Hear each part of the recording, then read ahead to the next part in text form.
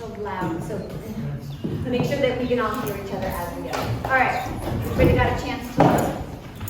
I'm going to try and, this is a very large range, so I'm going to stay over here.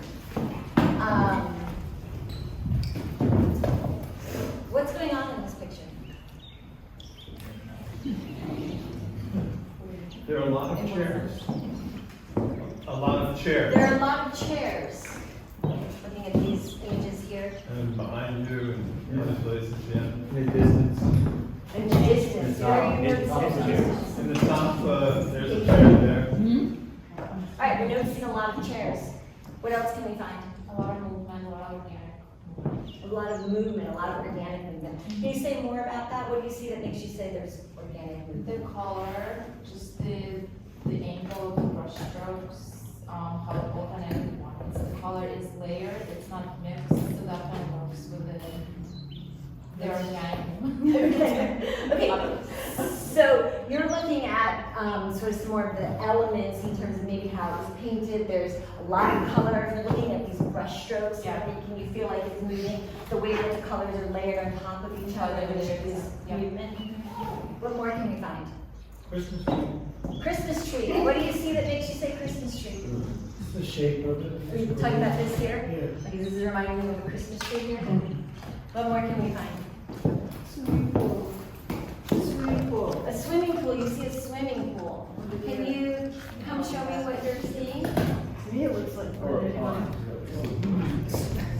Okay, so you're seeing this color shape here, and this is reminding you of swimming. Yeah, because my mind wants to make sense of what year it is. Okay, all right, so we're looking over here, and this is feeling like a swimming pool because of where it is, and the color, and the shape. And the chairs. And there are chairs, which might be around the swimming pool. Okay, what more can we find? I see some people. People. We're noticing some people tucked in here. Do you want to come point them out for us?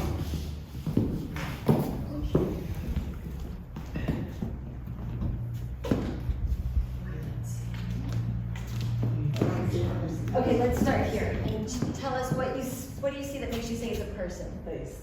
You're seeing a face in here. Profile. And a profile. Okay, we're looking at the. Okay, step that way a little bit. Everybody see this here? This is looking like a profile here and a face up here. So maybe there's some figures tucked in here. Okay, what more can we find? I see a lot of density. Density. Tell us more about what you mean by density. Well, I feel like nothing has hierarchy and that everything exists on the same, well, visual plane, but I don't know, density. Density. Okay. So something about the way it's been put together that feels very dense, and everything sort of seems to exist this way on the same plane. What more can we find? Mike, back. On density, I do see density, and I see lots of opportunities to rest, relax. I see little cottages and structures, like little oases, much like East Hampton is. There's like a beautiful cottage at every corner, and a nice place to sit. Okay, so you're taking this idea that there's this density, maybe, but there's also within that these spaces that feel like they might invite relaxation, a little bit of a respite. You're noticing these figures here that look like cottages? Yeah, over on the right. Here. Yeah, So maybe a little. did you use the word oasis, or am I putting that in my notes? That's the word I would use. All right, we're gonna go. 1, 2, 3, 4. Can you guys remember that? I see a tremendous amount of depth, and what I mean by that is I feel like the artist is playing with perspective. Objects that are very close, really close and really far away. But if they were in real life, they wouldn't really be that size. So I think there's a political quality to that that is being experimented. Okay, so we're noticing the way that some of these objects that are here, there's like a sense of perspective of being very close, and things might be further away because they're smaller, and that there's this playfulness going on in the way she's. And depth, it's creating a textured kind of depth. So we've talked about the density, and now we're sort of talking about how it's also creating depth in the play of the perspective. What more can we I find? found it's very curious that actually, to me, in the center of the picture, is this jar that has like some rocks or something in Is this what you're talking about it. here? Yeah, but its position of being like almost totally central to the painting is really making me wonder. Yeah. What is this thing? What is that? All right, so we're looking at this piece right here. It looks like a jar possibly, maybe there's some rocks in here. Yeah, And it's to me, curious, it's a jar. especially the way it's right here, front and center, Yeah. and kind of playing a little bit on that idea of perspective Well, too. because from of its front. color, you don't immediately see it, you discover it. You had to look a little bit longer before it starts to come out, even though it's right there.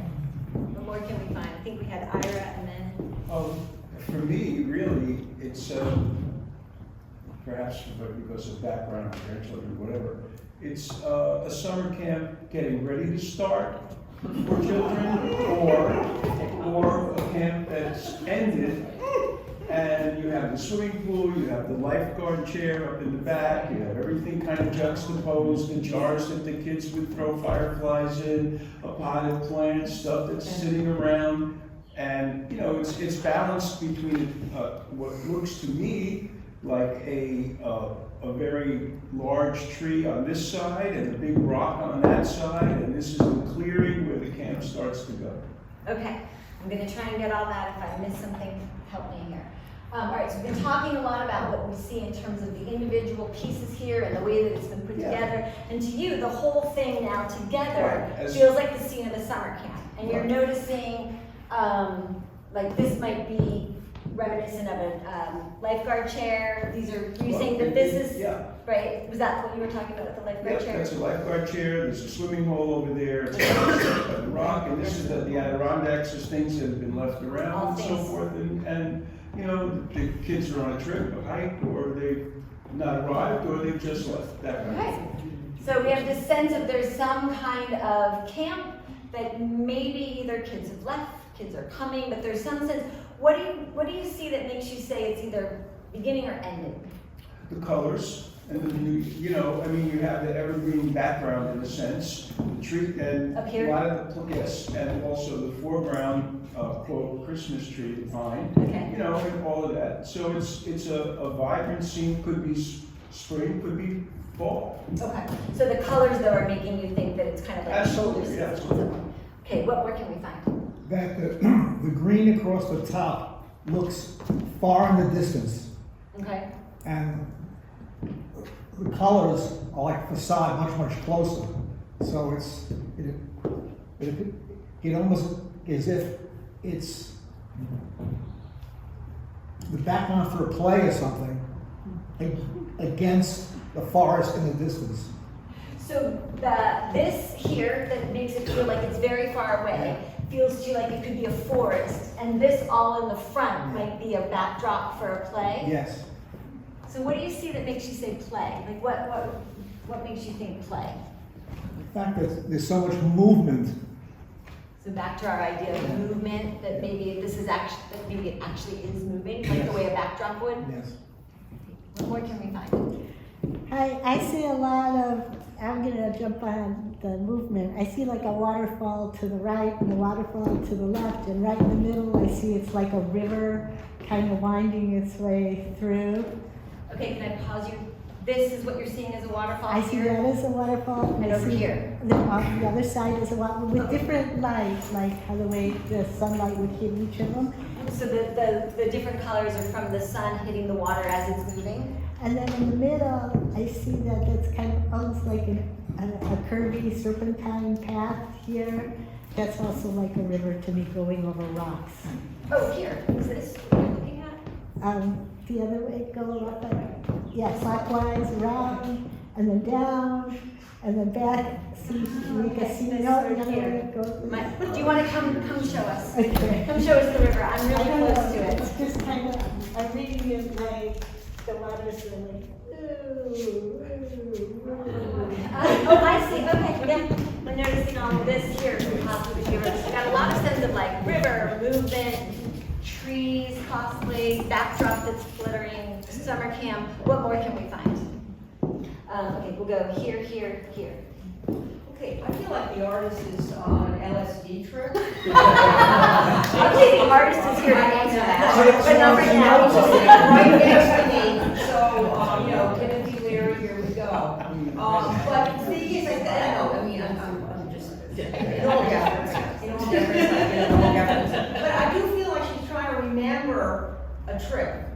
or, I don't know that I wanna use the word LSD, but the colors kind of remind me of the acid test. But the thing is, the fact that the plane, she's messing around with your head because the planes are all juxtaposed. So, that's a very sophisticated comment to make, but it's true. Okay. So you've got about 17 planes going on here, and she's messing around with all of them in a very successful way, because it works. But it's a very complicated piece, and it's a planing, the planes are very complicated, but it does work, and that's what I mean. Okay, so we have a speculation that the artist may have been on LSD or maybe just really good pot. But leaving that aside, and she'll respond to that, I'm sure, honestly. No. So what you're really talking about though is that the colors, there's like kind of a cacophony there of color, and the planes are very dense. Again, we're getting back to that idea of the density and the way They that are she's playing with flat it. in some cases, the planes are very flat in some cases. You look at the lifeguard stand, or wherever people are staying, that is, and then the pool is extremely flat, and then the chairs are really flat, so that's gonna bring your eye to these sort of, pulls your eye into these three, I mean, that's what I noticed first, I did not notice the pine tree first, I didn't notice, I noticed the three. So you were so for The you, flat planes, yeah. the fact that there is all this density in other parts, you were actually initially seeing the flatter pieces I first. was, yes. But you also said something else, which is like, for you, you're wondering if the artist was maybe either trying to remember Yeah, parts of a trip, or maybe what was going on in terms of the way she was layering in and Right. playing with the planes. Okay, great. There's a lot of memory there. Yes. Well, I don't know if you can see this, but I see heat. I feel heat coming out of that. Do you want to come show us what you see that makes you say heat, or do you want me to try to? Well, I mean, actually, it's a culmination of everything in there. To me, it bespeaks of the doldrums of summer, where, it is so hot that things are you look at them in a kind of a blur of heat. Okay. That's what comes So through. the whole thing together is kind Colors, of I giving guess. you the colors and the way that it sort of is all Right. together. There's almost, I think what I hear you saying is that there's a sense of heat, and when you're in summer, like the way that things sort of shimmer in Exactly. the heat, and there's Yeah. like a sense of this shimmering. Yeah, Because things that's are kind movement. of get blurry. when Blurry, it's so blurry and hot. shimmering because it's so hot. You're kind of seeing it through that heat coming off, rising. Okay, great. What more can we find? I think we were here and then there. So I am looking at it, I don't see objects, I mean, I see them, but I don't. I see an elongated canvas that is, it's really working, it just makes everything more compressed and condensed. I see lines and color, I see flat plane, but there's also a lot of depth that's achieved through the lines and color. So I don't see objects at all. Okay, so interesting. So we've been talking about, for some, we're having this real narrative about this Yeah. story that there might be a summer camp here, there might be a backdrop of a play happening. And for you, you're really seeing more the colors, the movement, the way it's all put together, but the Layering. objects aren't jumping Yes. out to you in the same way. Interesting. So you're all having a very different reaction to it as we enter this painting. What more can we find? Yeah, thanks. And when you ask what's going on in the painting, what I see is that there's a tension between marks that are purely abstract and marks that represent things in the world. And I think that, that's a different way of saying, the artist is on LSD. It's kind of a similar, and also, I think that accounts for the playfulness that people see. That it's like uneven treatment of space in terms of like perceived human space, right? And it's like she's playing with that in the world of the painting, and also with the things that we see, the chairs, like the Adirondack chairs, kind of falling out of the picture plane, and then turned around, and then different chairs, and then the trees that are wood too. It's like a playfulness. And I like the heat thing too, because there's like a kind of an underpainting in some of the forms that we see that are like forms in the world, like chairs, where there's these hot colors that get painted on top of. Anyway, that's Great. So, again, we're sort of trying to understand a little bit of where the artist was in painting this, and there's this tension for you between the more abstract things that feel really purposely abstract, and the play with these things that are representational, and that playfulness that she's really exploring between as a viewer, and you're wondering maybe a little bit like what the artist is thinking as she does it, perhaps. Maybe I'm reading into that, but we talked a lot about the undercolor and the way that all that. Thank you. Okay, what more can we find? Let me get a couple people who haven't gone yet, and then we'll come back. You and then you. I was noticing how the foreground and the background, you sort of, your eye moves very far forward and then very far back and then very far forward again. And it's kind of almost like a zigzag, forward, back, forward, back. And it's really well done. I mean, that aspect of it, of how you flow through it, is interesting. Yeah, again, that I'm really honing in on this playing with the planes again, right? These things are sort of making you really focus forward, then you're really being drawn to the back, and how successful that is. You're winding through this whole very big canvas. Did I get everything? I mean, I could, it's just different things are drawing you along, like the tree, then the dark blue, and it pulls you to the back, and then the pink, and it pulls you through the pink here, like this here. This here is going like this, and then this here, this pink comes back through in here, and then you go, I mean, it just bounces you around. When I get close, it's like I don't see it anymore. It's kind of like back forward. And also with the scale. Okay, so it's not just, but I think you brought up something new, which is it's not just the images that are doing that, but the way that the color moves through the painting too, right? It's like the way that the pink kind of draws you in, forward and back and forward and back, and the blue, which is the same thing. Okay, great. What more can we find? Mine was more of a macro view. I felt like I was hiking through the woods, and then suddenly I came to the clearing, and I went like, whoa. Whoa. And all these things were in the clearing. Yeah. So what did you see that made you feel like you were in the woods? Well, I keep bouncing between the everything happening here, and then the woods in the background, but I keep gravitating back toward the woods. It's like they belong, and this doesn't belong, and I just stumbled upon it. Okay, so again, we're getting back here. We're thinking that this might be woods, and that's kind of in the back where you've been, and then all of a sudden this is just boom, in this clearing. What did I just stumble on? Okay, great. What more can we find? How much time do we have left for this part? Sorry. Okay, so why don't we take 1, 2, 3 comments, okay? Does everybody feel good about that? So I noticed that there are colors that are put next to each other that create a great attention to my eye. So like there's the complementary colors right there, the blue and the orange right in the middle with the plant or whatever that is. And then there's the cool green and whatever little tree that is, the fir tree or whatever. Yeah, there's like that very cool turquoise and then that very dark blackish kind of color. And then there's just a lot of places in the painting where there's green and red, there's yellow and blue. There's a lot of color dynamic tension happening in units throughout the painting. All right, so more about this, again, how is she doing this layering of these colors, but you're noticing in particular the complementary version in a way that it's really making your eyes next to each other. They're right there. Great, what? So I look at this, I see a few things. I look at it, first I see the plants, the trees, this blue kind of plant, this orange plant. The ends look like, the left end looks like grasses, the right end looks like a different type of grass. And the chairs all seem very organized to me.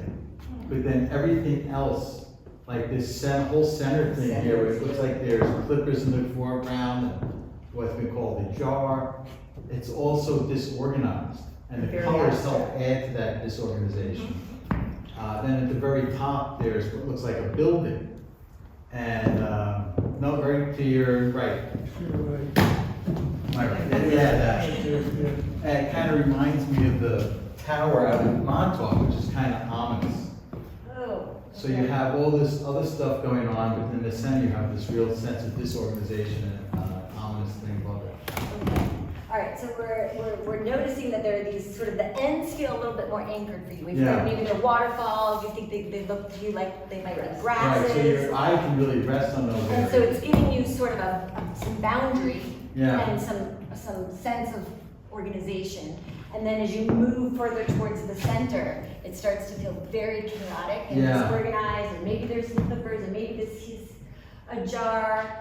And this building is feeling a little ominous. So Yeah. like the disorganization is sort of making it feel ominous somehow in the middle here. Yeah, that's good. And you know, your eyes can rest on the chairs. And my eyes keep going towards the chairs and what look like plants. But then when it gets back to the other part, you can't stay there long. So the chairs and the plants, I think Mike talked about this, like there's these oases within here. So for you, Oasis the or chairs a and the place to plants rest are your a eye. place to rest from the cacophony, chaos Yeah. of it. Okay, great. Last one. Oh, you. Okay, and then you. You'll be last. We'll go her, and then you. Okay.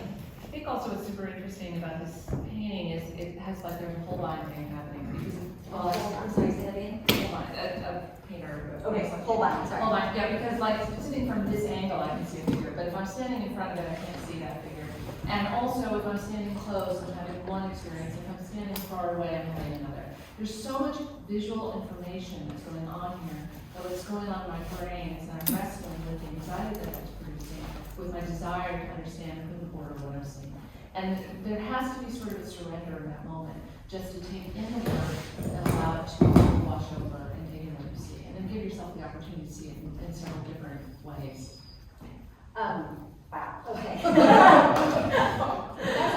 I think in some ways that captures a lot of the whole conversation, right? We're grappling with this, and it is a very different experience, I can tell you, from being right here versus what you all are seeing from back there, and that how much visual information this is. And you're talking about this, you were sort of talking about this, these are the oasis for your eyes to rest from what felt, you know, and you're talking about you just kind of want to surrender it and just kind of. Because I'm not getting that oasis from this perspective. If I'm sitting on that side, perhaps I am. Or Maybe. in front, right? And But that's you're all having different experiences experience. of it from where you are, because there's so much going on, that kind of figuring out where to look and how to process it all is. I think that's part of the experience. Oh, sorry, I okay. think that's just part of the question that the artist is asking us to ponder while we're looking. Is the artist sitting right here? She is, Oh, and she's taking notes. Awesome. I asked her to take notes because I feel like from these questions that I'm sure she's going to respond to. So we'll finish up here. So from the shape and the size of the painting, I'm probably getting that from this. To me, I'm seeing three paintings. Oh, wow. And, you know, the left probably divides right there in that red spot. Here. Right, the middle, you keep going over to, you know, to just before the white chairs, right? Yeah. The white chairs, and obviously the one on the right, you know, that's pretty organized, as people talk about organized, it's organized space. There's the white chairs in the foreground, and the orange flowering tree or orange flowers in the background. And again, in the middle, it is, you know, more ambiguous where the space is, but yet there is space because you've got, you know, the forest in the background, and in the distance, the swimming hole, and, you know, and then this one on the left is probably, for me, the most abstract. Now, and the whole thing about this thing that we're doing is like, essentially to me, this is an abstract painting, right? But you asked the question, what do we see? It was kind of pointed as like, what are we seeing? What are we associating in this painting, right? And I love to do that with abstract paintings. I love to look at them and then make associations, but sometimes it's not. The abstract painting is about something else. It's about the colors and the flow and the rhythms and stuff like that. I Which already is got to that as well. clearly what's going on in this, you know, and the bold color scheme, a lot of complementary colors going on, a lot of contrast, light and dark contrast, you know. So yeah, there's a lot going on, and it's very successful because it's working. You know.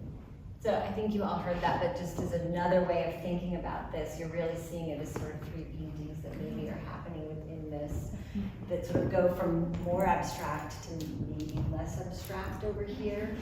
I'm kind of wondering about that, and I'm giving Allison a knowing look. She can talk about it. All right. Yeah. Okay. Just come on up.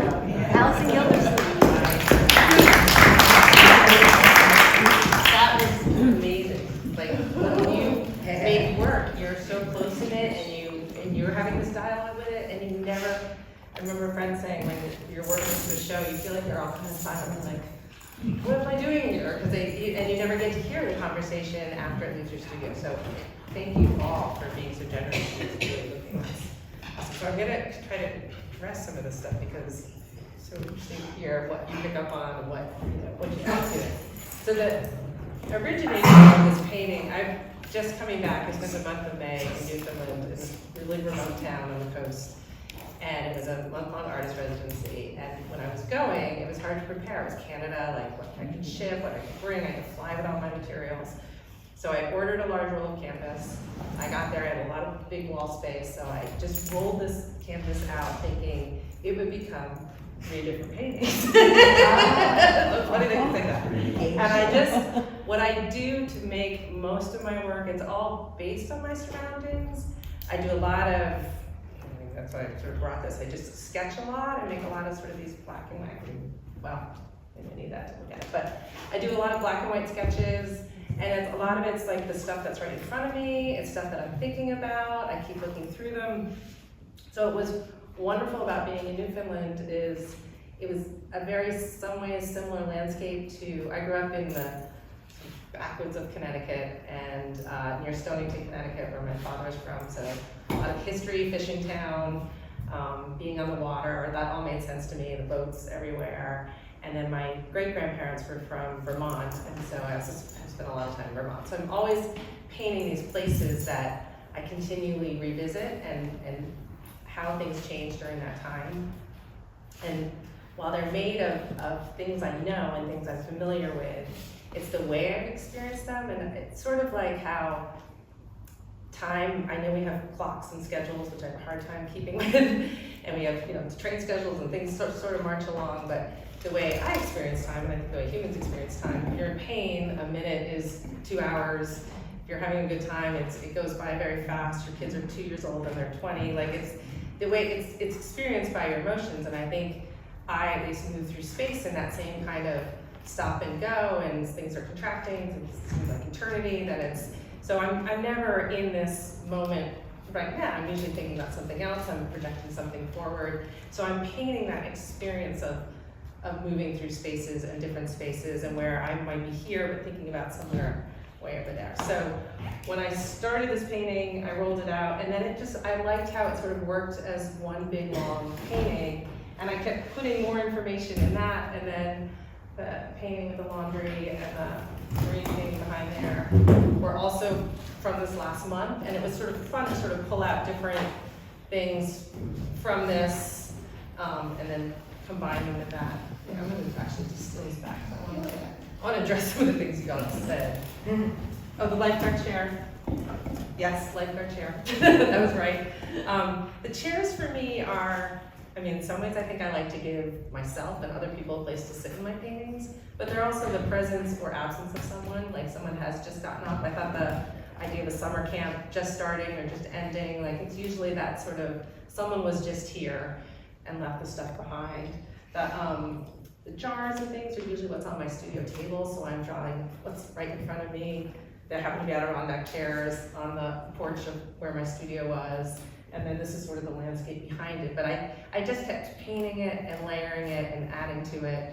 And then for me, I want it to constantly be emotion. So I think it was really interesting that you all picked up on that. I love this sort of, something's close, something's far, and you're moving through it. And when the painting starts to just sit in one spot is when I get most frustrated and keep kind of going, because I want it almost to feel like an animation, or like I was doing animation cells and then just sticking them all on top of each other, so it's like compressed in one space. What else did you guys say? That was so cool. Oh, the things foreground, background. I'm definitely playing with also sort of a stage set. I mean, this was the rock cliffs, but I can see they look like grass and waterfall. There was huge cliffs that we were walking along every day, walking and then seeing a vista, which was kind of interesting to hear that. And I sort of realized it kind of became like curtains, you know, almost like, I feel like it's almost like the curtains are drawn and you can see the stuff inside. I don't know, is there anything else that you guys brought up that you want me to address? So when you say when you kind of see this animation in your head, do you see it moving? Because I do Yes. as well. And Yes. sometimes it's Yes. I just see things like Yes, and I think painting, I mean, one of the reasons why I like painting landscape is always moving. Like, it's never still. The wind, the light changes, everything's always changing. And I think paintings are meant to be alive like that. I'm not trying to capture a fixed, dead moment. I want it to feel like it's constantly. So sometimes, some of these paintings, I'll think I'm done, and then I'll pull them out and repaint them, or add to them, or change them. Like, as long as they're in my sort of working brain, I keep changing them, because I like to see what unfolds, what happens. You add something, it changes the relationship to everything else. I often, like you're saying, the color weaves through. I sort of weave the color through because I want that experience of sort of following the color through the painting. But your drawings are always black and white. No, not always, but when I work in black and white, I can see the forms better. And color does another whole vibration thing. It's a whole other language almost. And so sometimes I pare things down to black and white so I can really just see like what forms I want to put in it. It allows me to, I take a lot of photographs when I'm walking or in certain places. I rarely look at them, but it's almost like taking that note of it. And then, or I'll look at them and I'll do a drawing from it, and then I'll work from that drawing. So it just sort of gives me like an alphabet or vocabulary. There's a lot of movement in your drawing. Thank you. I can keep passing that. Okay. And there's another one actually behind there. But anyway. You want to know? No. Yes. Do you paint from right to left, left to No. right, or is it just bits and pieces and it grows? I have no idea what the thing is going to look like until I decide it feels like it can go out in the world. And I don't at all paint from left to right. I paint all over the things. I really started this painting and anything that I was doing in Newfoundland as like, I'm just going to get a language on the canvas and then I'll react to that. I'll bring it home, I'll cut it up, I'll make another layer there, it'll keep changing. And this one just, I had enough time and I had enough, it went where I wanted it to go. But no, I started it, I laid it on the floor and I just painted some stuff for my sketchbook, then I tacked it on the wall, and then I just kind of moved through it. I was gonna ask you about, like, do you remember what the first marks you put on this were? Was it the color? Was it an object? Was it, like, in terms of thinking about process? So I started this in acrylic, because acrylic I love working with because it can be really fast and I can layer and it dries a certain way. I'm never satisfied with the color in the end, and I can just get more of the luminosity out of oil. So this hot pink, that's acrylic. That's something you can't get in oil. But no, it changed a lot. I think I did sort of start, this was like a boat slip that was there. I think this sort of stayed, certain parts kind of stayed. This chair was early, this guy came later. The clippers in the jar kept moving around. And then, then I tried to do the formal stuff of oh, this is too cluttered here, or it looks like a mountain here, or I'm getting, your eyes getting stuck in a place that I don't feel like it should be stuck in. What was the challenge? Do you work on more than one painting at a time? Yes, definitely. I work on Because I a lot could of see, stuff. looking at your other paintings, you started maybe something over here, then jumped over to Yep. another one. Was Yeah, and sometimes it's even the little ones behind you, I'm sort of working on those. Sometimes it's literally, I just want to get all the paint that I've gooped out onto something. And I Use it used to all. ruin a lot of paintings that way, so I'd be oh, at the very end, I'm so I try to yes, I work on a lot of different things and I pull, that's why I like doing, the drawing is kind of automatic and fast. And I want the painting process to be that way too, almost like playing music, like once it's in your hand and you can improv and mess with it a little more.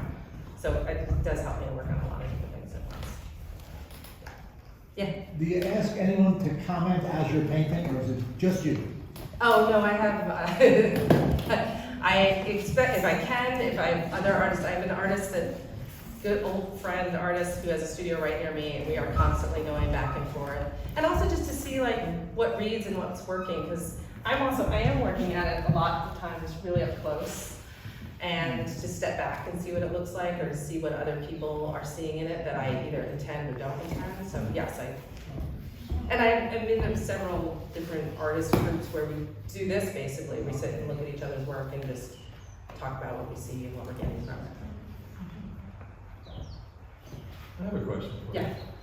Earlier in your career as an artist, when you were coming up, were you working much tighter? And if so, how did you transition to this? It's impossible for me to work. I'm really messy, when I paint. But I was trained, like I learned how to paint the figure and working from a model and still life, like that was, and when I was a kid, I started taking painting lessons. I was doing plein air painting, so it was always very figurative. I love the absence of, like what an abstract painting can do when an abstract painting feels figurative. I don't know how to do just a pure abstract, I don't even know what that means. So I have to start with the stuff and then see what I can make the stuff feel like. Like I liked when you guys were all saying it has a certain frenetic energy or whatever, like that's what I want out of it. Sometimes I wish I could just use color and not a thing, but I need that sort of thing to anchor myself and to give myself a story. I'm sort of loosely telling myself a story as I'm making them, and that story might change the next day when I'm in a different mood, but I need something to kind of anchor it with and sort of work myself around. So sure, but were your works always this lively? Like this is coming at you like 150 miles an hour. I know. And a lot of complexity. So back in the early days, like how did you evolve into this is what I'm curious about. I mean, in some ways I keep trying to, it tends to be pretty chaotic. Yeah? Yeah, yeah. How did you get there? How did I get to the chaotic? It's more I'm trying to get to the non-chaotic. Right. Things that are, like this painting behind you is a laundry line. I kind of feel like for me it was like a different painting because I kind of composed it. Like I drew it out and I sort of kept with what things were, and I didn't really move things around so much.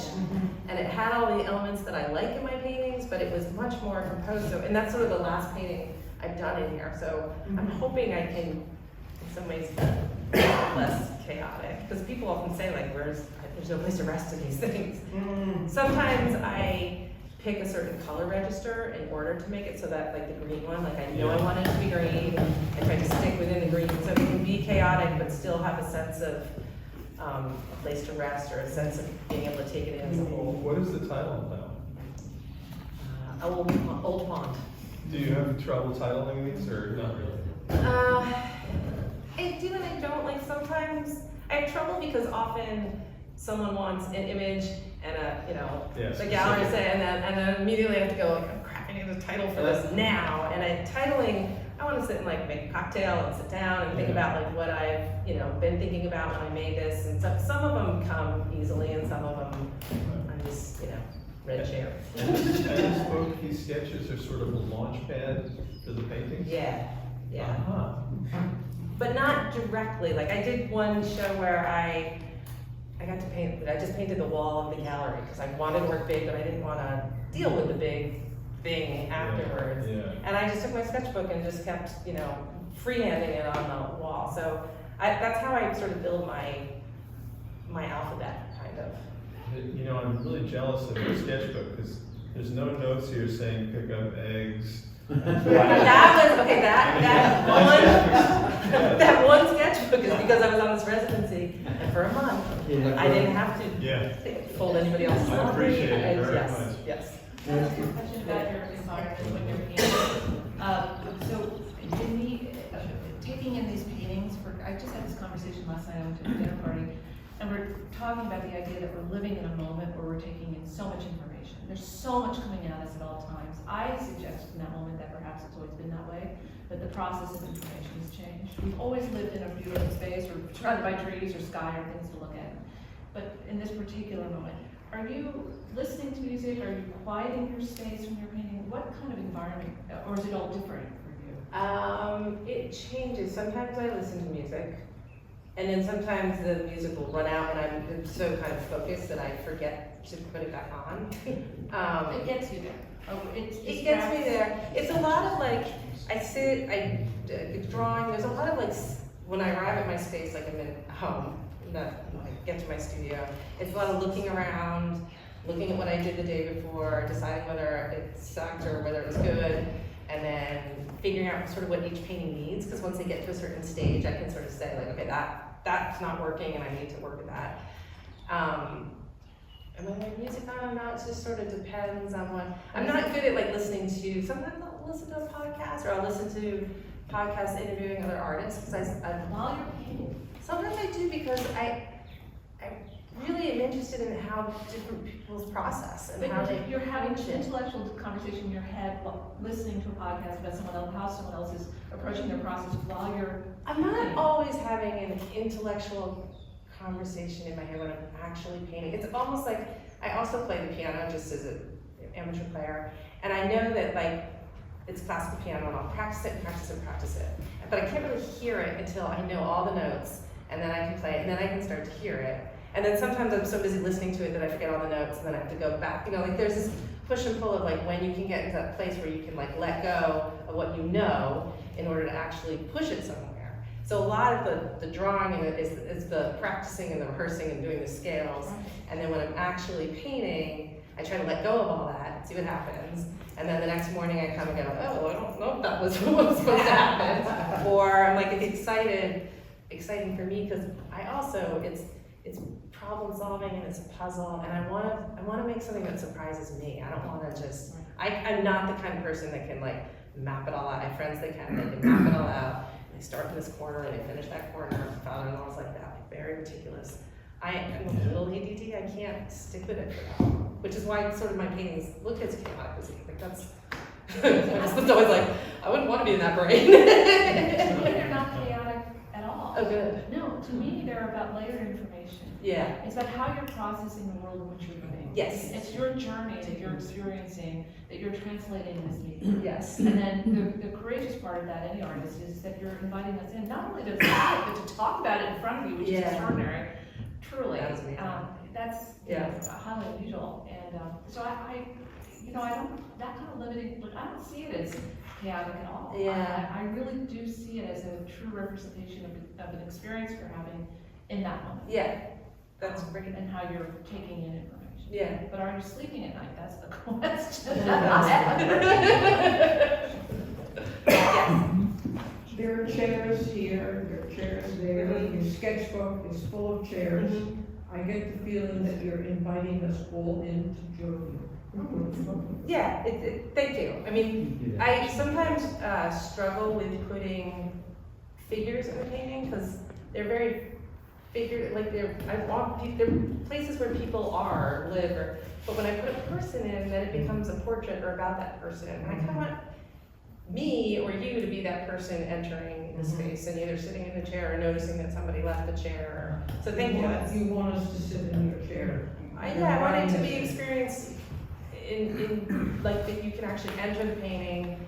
I love it when people say, this world, people see your work in 2 seconds and they're swiping to the next thing. So whenever anyone has to sit with it for a while and starts to discover all the stuff that I've put into it, I love that. Like, I love when it unfolds for people. Yeah.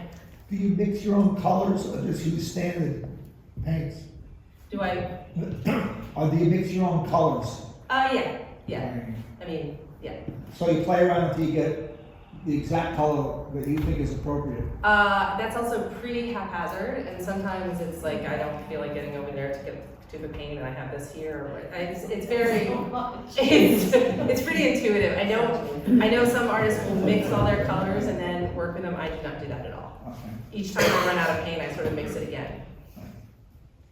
Is there an artist, that you have a conversation with in your head?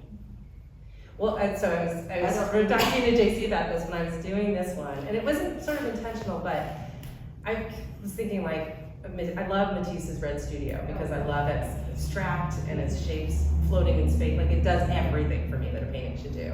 So I was thinking, you know, I'm gonna put that, make that red table like that, will carve out that space.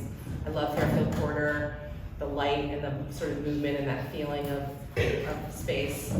And then I look a lot at Gustin, like he piles all this stuff on the bottom of the painting. So some of this is, which I was doing more organically. I wasn't thinking I'm gonna make a Gustin painting. So yeah, there's a lot of painters that or there's that Van Gogh painting, Bedroom at Arles with the yellow floor. And I don't necessarily go look at the painting and go, I want to do that. But as I'm doing it, because I look at so much work, I'm like, oh, this is kind of, I must be doing this because this is in my consciousness. I wanted to ask you about how much of your work is, what percentage you say is like from your subconscious and consciousness?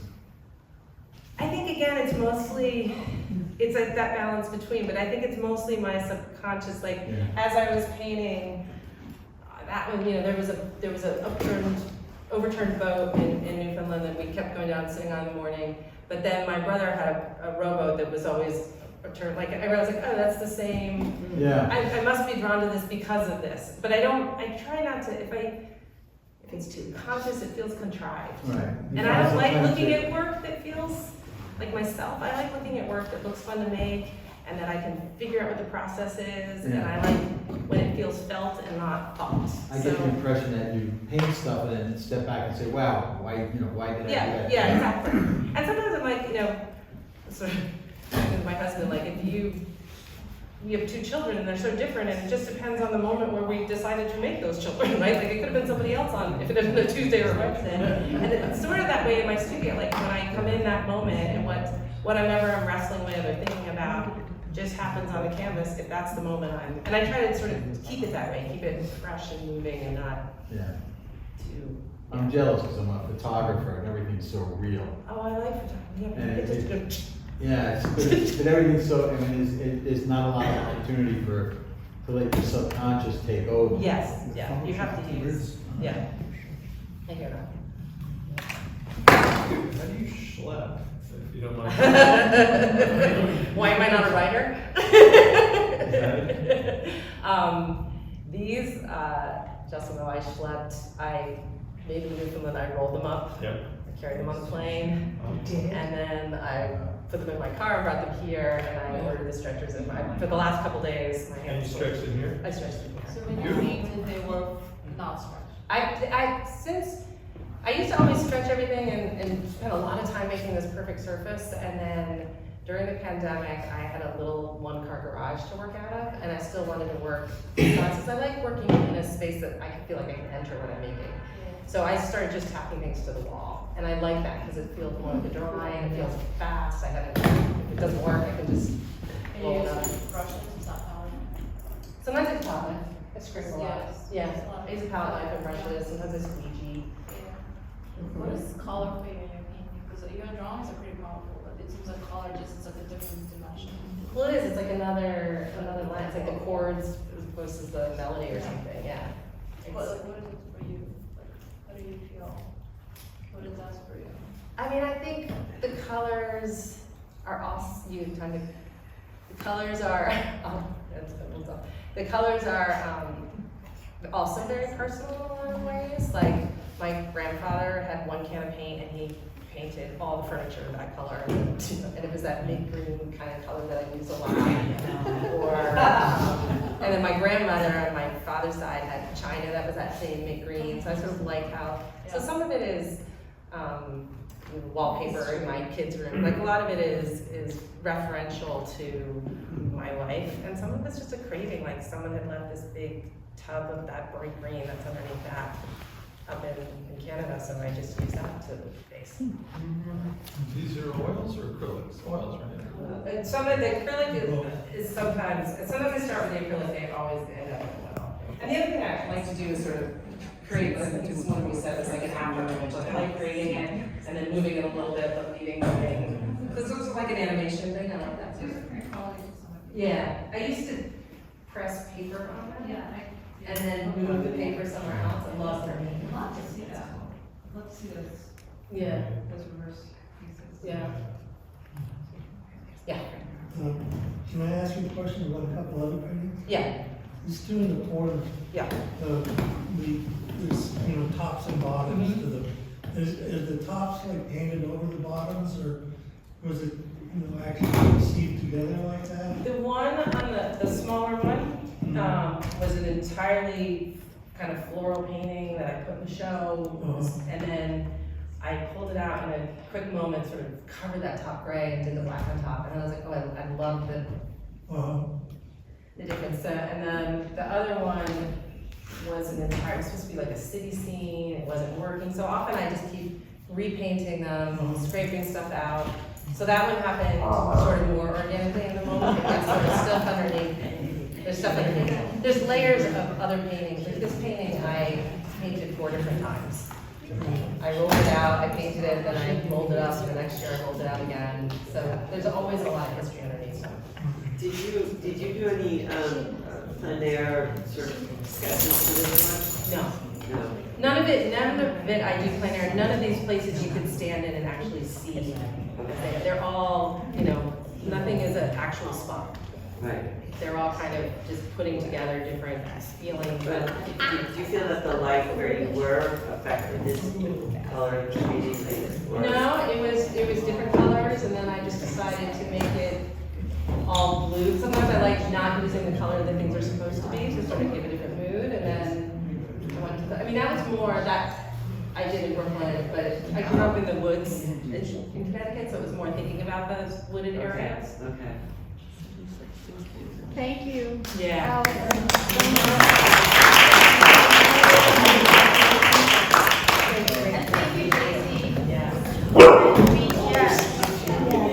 Great. That's awesome.